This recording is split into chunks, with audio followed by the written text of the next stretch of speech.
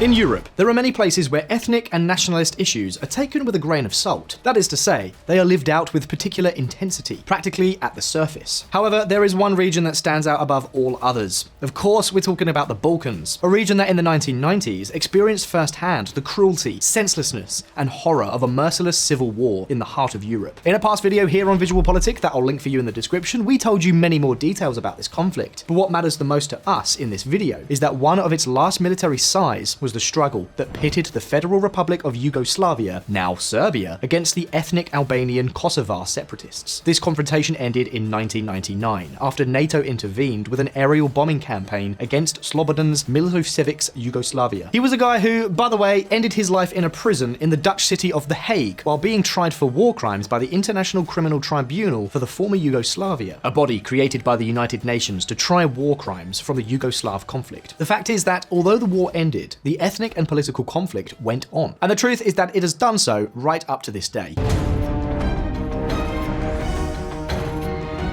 The Kosovo War ended with a treaty, the Kumanovo Treaty, which, in order to pacify the terrain, gave way to a deployment of international troops, but did not include anything resembling independence for Kosovo. Despite this, the Kosovars ultimately declared their independence unilaterally, and the establishment of the Republic of Kosovo occurred just a few years later, in 2008. Since then, relations between Serbia and Kosovo have been colder than a Canadian winter. Of course, the Republic of Kosovo is not recognized by Serbia, which continues to claim full sovereignty over the territory. But, to Belgrade's misfortune, it is recognized by about 100 member states of the United Nations, including the American superpower, the United States of America, and also by 22 of the 27 states of the European Union.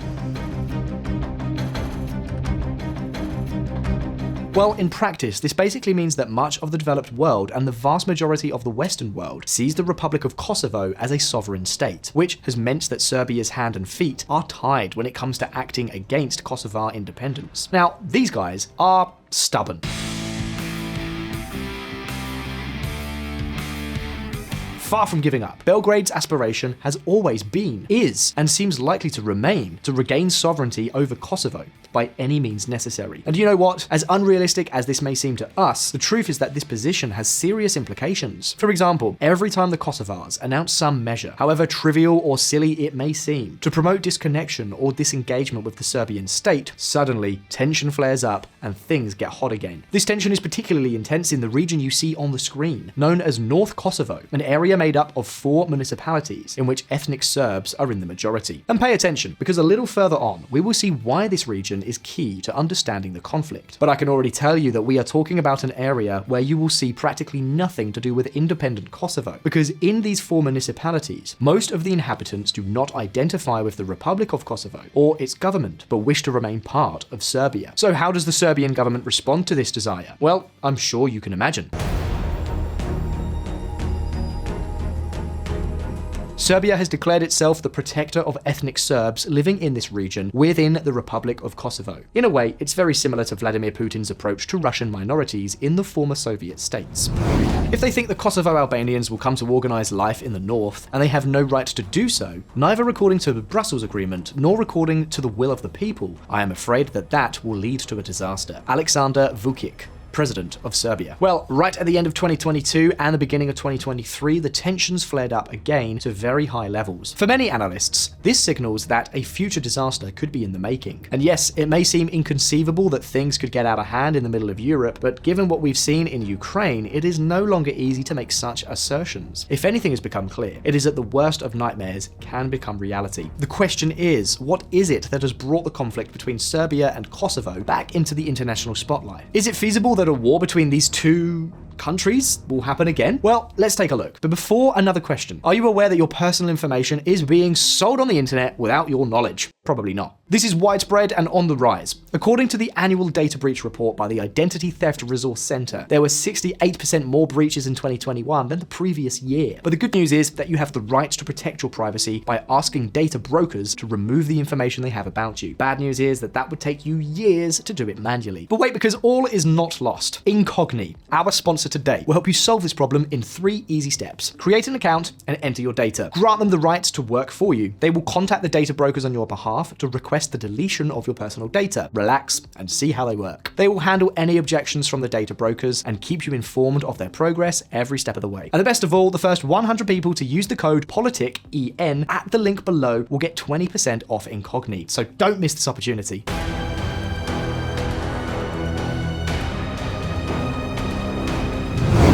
A change of letters.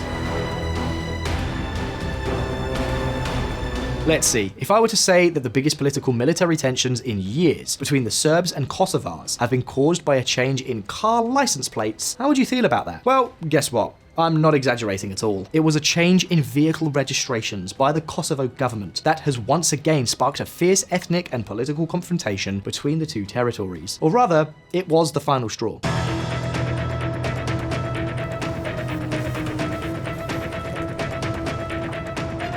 It all started in July 2022. The Kosovo government under Albin Kurti announced a plan to implement a change that had been pending for more than a decade: the end of Serbian vehicle registration in Kosovo. The plan included a deadline for changing the Serbian license plates of vehicles to Kosovo license plates and a phased implementation schedule. It was a timeline that included an initial warning period, a period of sanctions, and finally the forced imposition of the new license plates, which included a ban on circulation or even the confiscation of vehicles that did not comply with the rule. Not only that, it was also announced that Serbian citizens would have to handle entry and exit documents when entering or leaving Kosovo. Well, as you can easily imagine, these measures did not sit well at all with the Kosovars of the north, who, remember, are mostly ethnic Serbs who feel themselves to be Serbian citizens. For many people, having to obtain documents in order to leave or enter Kosovo was tantamount to becoming second-class citizens, marginalized and singled out. And the same goes for the new Kosovar license plates. Since for these ethnic Serbs, using license plates on their cars from a state that for them does not exist and was created against their will is simply unacceptable. And yes, it may seem like an overreaction to you, but I assure you that in these territories, national identity is something experienced very intensely. So of course, they were not going to just stand idly by. Check it out. In response, Serb Kosovar groups in July 2022 erected barricades in North Kosovo and declared themselves unsubmissive to the authorities. It was a reaction that forced the intervention by NATO forces in Kosovo, the KFOR, which were redeployed to patrol the streets and ensure security while the Kosovar police closed the border. In short, due to some license plates and a few papers, the mess kicked off again. And what can I say? This is not an easy situation by any means. Whatever your opinion about the independence of Kosovo, it is relatively easy to understand from a political, social, and cultural point of view. The anger of the people who have always lived in that region and who do not feel part of the new state that has incorporated them. But let's not get sidetracked.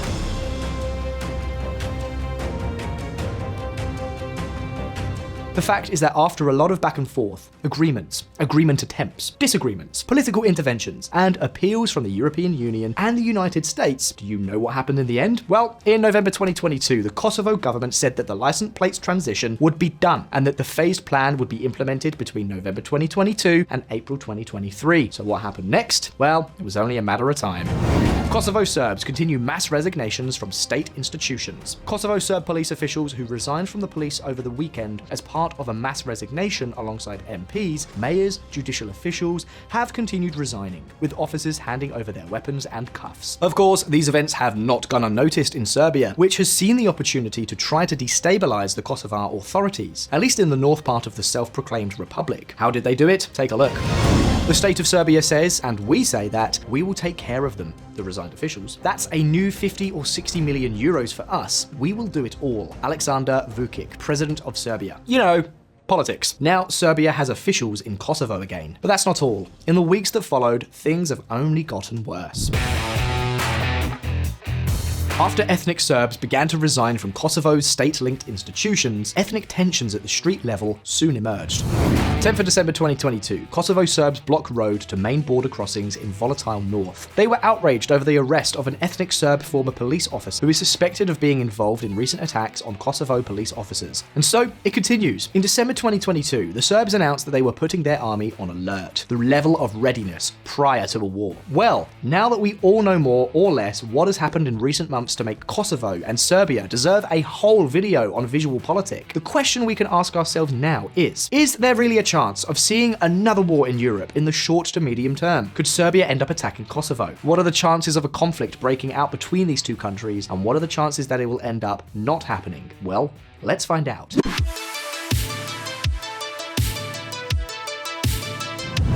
The next war in Europe?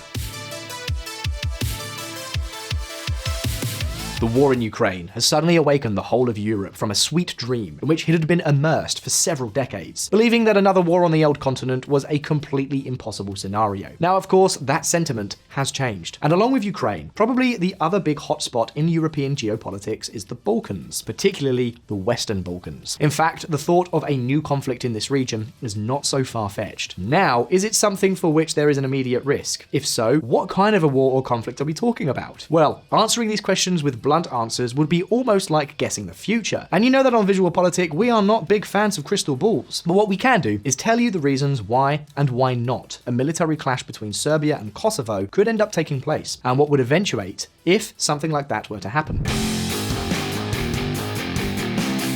On the yes side to the possibility of a military conflict, the first thing to keep in mind is that Serbia has already been making significant defense investments for many years that are serving to improve its military capabilities. To give you an idea, spending in 2018 was almost double that of 3 years earlier, and in 2022 it invested some 1 billion euros in new equipment alone. Yes, okay, 1 billion to some may seem like a small amount for a country that has NATO protecting its great adversary, but what is striking is the trend they have adopted in recent years. Serbia is on a shopping spree for weapons, and its neighbours don't like it. Between 2015 and 2021, Serbia's defence spending jumped by some 70% to 1.4 billion a year. Russia and Belarus have given it 10 MiG-29 jets. Russia has given it 30 tanks and armoured personnel carriers, and sold it an air defence system. It has bought Chinese armoured drones, Russian helicopters, and a French surface-to-air missile system. Evidently, more weapons and more ethno-political tensions could end up leading to one thing: a miscalculation. Mistakes that in such tense environments can be caused by the most absurd details. And take note, because that is precisely what is in abundance here. Off-duty Kosovo soldiers suspected of wounding 2 local Serbs. Police said both victims, aged 11 and 21, were taken to hospital, and their injuries were not life-threatening. Police said the suspect was 33 years old. Now, does this mean that another war between Serbia and Kosovo is just a matter of time? No, of course not. Not at all. But it does contribute to the festering of ethnic tensions. And who knows, it could also trigger a small military skirmish or two in the border areas. So why are we saying, or why do we think, that it's very unlikely that Serbia and Kosovo will become the scene of another war in Europe, at least in the short term? Well, we have several reasons to think this way, and the first one is more than obvious. The presence of NATO forces, the KFOR. Since the end of the Serbian-Kosovo War in 1999, some 4,000 NATO troops have been stationed in Kosovo, troops whose presence alone serves to deter any large-scale Serbian attack. Because naturally, in the end, if an invasion attempt were to take place, not only Kosovo, but also NATO troops would be attacked, so the reaction could be enormously costly for Serbia. And believe me, nobody in Belgrade wants to see images again that are already part of the past. However, if you want more concrete indications, pay attention to these headlines. 10th of December 2022, Serbia to ask NATO to deploy Serb police in Kosovo. 8th of January 2023, NATO declined Serbia's request to deploy its troops in Kosovo. Think about it for a moment. Unless it was a twisted and bizarre ploy by the Serbian government, isn't it a bit strange to ask NATO's permission to deploy your forces in a territory you consider your own if you were really thinking of invading it?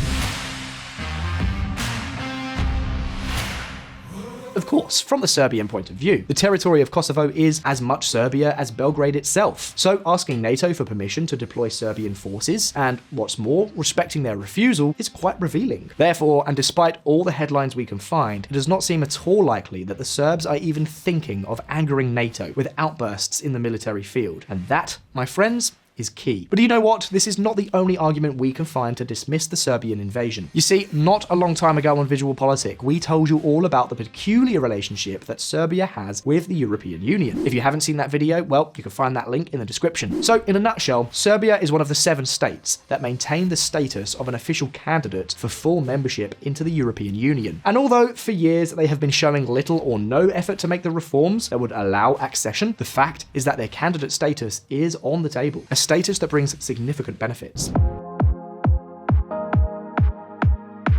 Thanks to being considered an official candidate to join the European club, Serbia enjoys significant commercial advantages and also economic aid. Here are just 2 facts. More than 60% of exports and between 55 and 59% of imports of the Serbian economy are directed to or originate from the European Union. Not only that, 60 to 80% of all foreign direct investment that has come to Serbia since 2010 is also European. Now, why are we telling you this? Well, do you remember what we told you at the beginning of the video about the recognition of Kosovo as a sovereign and independent state by the vast majority of European nations? That's just it. If Serbia were to overstep the mark with Kosovo, its status as a candidate for EU membership would be jeopardized or even cancelled. And with that, they could kiss goodbye to all the advantages that this status entails. And of course, they would also risk suffocating international sanctions, such as those currently being implemented against Russia. And believe me when I say that in a country as economically dependent on the European Union as Serbia is, that could be very devastating. This is something we've already told you. The West's response to Russia's invasion of Ukraine is serving, and will surely serve in the future, as a warning to many countries with militaristic aspirations to think twice.